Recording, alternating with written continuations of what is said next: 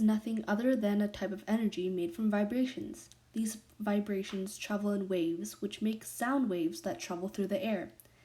To see what I mean, try putting your hands on your throat and say, ah.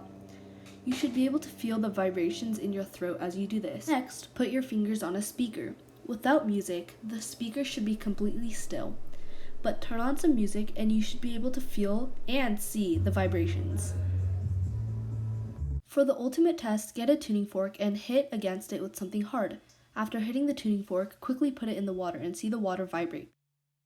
Your ear can be split up into 3 sections. The outer ear consists of the pinna and the auditory canal. Your pinna gathers the sound waves and they travel through the auditory canal. The eardrum separates your outer ear from your middle ear. When the sound waves hit your eardrum, it starts vibrating. This vibration causes 3 small bones in your middle ear to move. These 3 bones are also known as the hammer, anvil, and stirrup.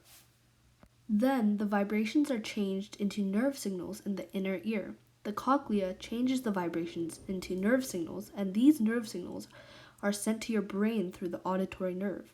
Fun fact, the semicircular canals are filled with fluid and tiny hairs.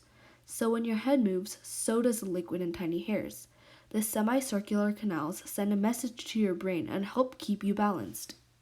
When you spin and stop, you get dizzy because the liquid and hairs in your semicircular canals are still moving. All these parts of your ears help you hear things from your favorite song to your alarm clock beeping in the morning. Without these, hearing would be very hard indeed.